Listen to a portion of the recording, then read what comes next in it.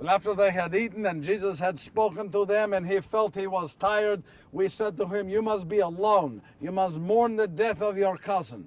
So he was going up the side of the mountain, and he said to us, he said, you go to the boat, you go across the lake, I'll meet you in Bethsaida the next day. We said, fine. So we watched as Jesus went up behind on the rocks, and we went down to the boat. But do you know that just as we pushed off and we were on our way across the lake, the weather changed. I don't think in all my life I saw the weather change so rapidly on the lake. It got darker, and the wind was coming and the rain was, and then the fog came in and the boat was blowing this way, it was blowing that way, that we were being raised up and it was dropping and being pushed this way and pushed this way, and we were frightened and we were praying for help, for God to help us. And then all of a sudden, coming right over across the water, we saw a figure of a person. We thought it was a ghost. And we started to call to God, there is a ghost, please save us. And then we heard a voice. The voice said, be not afraid, it is I. And Peter stood up on the boat. He said, that is the voice of Jesus. That is the voice of Jesus. And do you know what he did?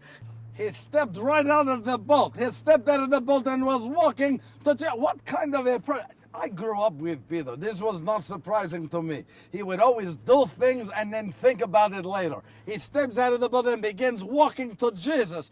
And he is walking, he's getting closer to Jesus. On top of the water he's walking. And all of a sudden a wave comes. And Peter takes his eyes off of Jesus and looks to the wave. And just as he took his eyes off of Jesus, he began to sink.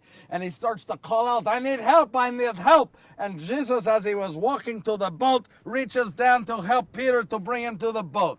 We pull Peter onto the boat. Jesus gets into the boat. We are sitting there, and we said to Peter, what were you thinking?